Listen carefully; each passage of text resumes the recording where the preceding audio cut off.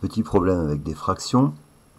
La surface agricole occupe 9/20 du territoire de la France métropolitaine et cette surface agricole est composée de 7/20 de sol cultivé et le reste étant occupé de sol boisé, de surface en herbe, de landes, etc.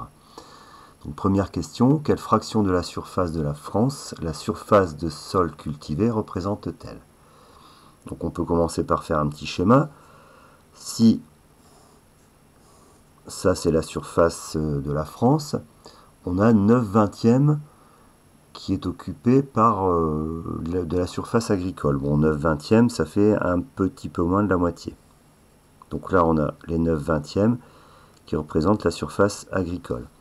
Et donc, dans la surface agricole, parmi la surface agricole, il y a 7/20. Bon, 7/20, 7/21, ça ferait un tiers. Donc, 7/20, c'est un petit peu plus qu'un tiers. Donc, parmi la surface agricole, il y a 7/20. Donc, on peut supposer qu'on fait 20 petits rectangles dans celui-là, et on en prend 7. Donc, ce qui fait à peu près ça. Et donc, parmi la surface agricole, il y a la surface cultivée. Donc, la question, c'est de savoir quelle proportion la surface cultivée occupe-t-elle par rapport à la France en entier. Ici, c'est clairement un problème d'une partie, puisqu'en fait, on a une fraction d'une fraction. Alors, de manière générale, quand on calcule une fraction de quelque chose, eh bien, on va multiplier la fraction par ce quelque chose. Alors là, en l'occurrence, cette fraction, c'est 7/20, puisque les sols cultivés représentent 7/20 de la surface agricole, qui elle-même représente 9/20 de la surface de la France. Donc du coup, on va multiplier 7/20 par 9/20. Donc 7/20 fois 9/20. Donc pour le numérateur, 7 fois 9, 63. Et pour le dénominateur, 20 fois 20, donc 400.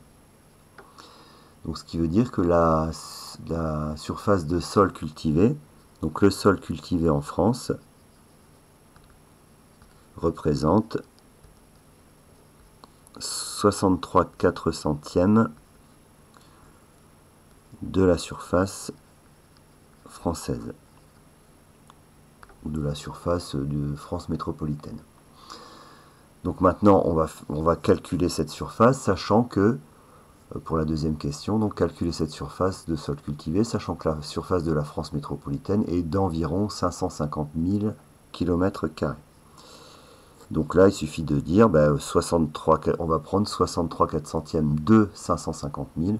Donc ça se fait encore par une multiplication, cette fraction multipliée par 550 000.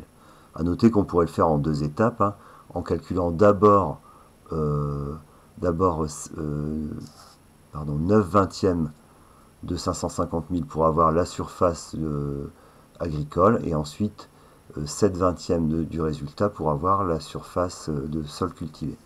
Donc là, on va le faire directement avec 63/400, donc 63 sur 400 multiplié par 550 000.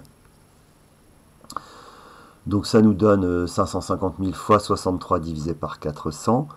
550 000 c'est divisible par 400, donc on peut simplifier. Donc ça fait 1375, qui est le résultat de 550 000 divisé par 400, donc fois 63. Donc ce qui nous donne 86 625. Et donc on aura à faire des kilomètres carrés. Donc ce qu'on va arrondir, on peut arrondir en milliers, donc ce qui donne à peu près donc la surface de sol cultivé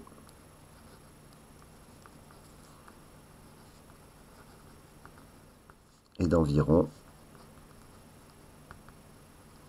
87 000 km².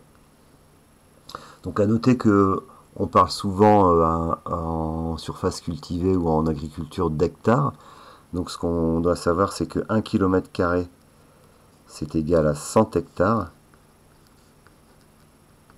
Alors en fait, un art, ce qu'on appelle un art, hein, c'est la surface d'un carré de 10 mètres de côté, donc c'est 100 mètres carrés. Et un hectare, donc c'est la surface d'un carré de 100 mètres de côté. Et donc c'est 100 fois 100, 10 000 mètres carrés.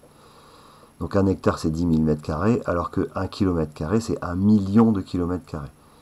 1 million de mètres carrés, pardon. Donc ce qui fait que on a bien 1 km² égale 100 hectares. Du coup, cette surface de sol cultivé, on pourrait la mettre en hectares, et ce qui nous donnerait, si on ajoute 2 zéros, 8 700 000 hectares. Donc voilà, il y a de quoi faire.